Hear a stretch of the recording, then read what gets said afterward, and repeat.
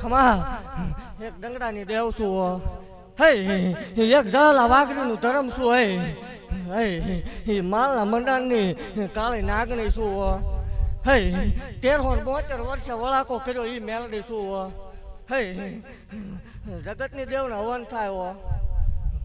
આજ આ રવિવારનો દાડો ઉગે એટલે ઉકળતા તાવડા પીવું એ મેલડી શું હે અને જ્યાં જાવ ત્યાં એક ટેવ છે જ્યાં જાવ ત્યાં એવું કહું છું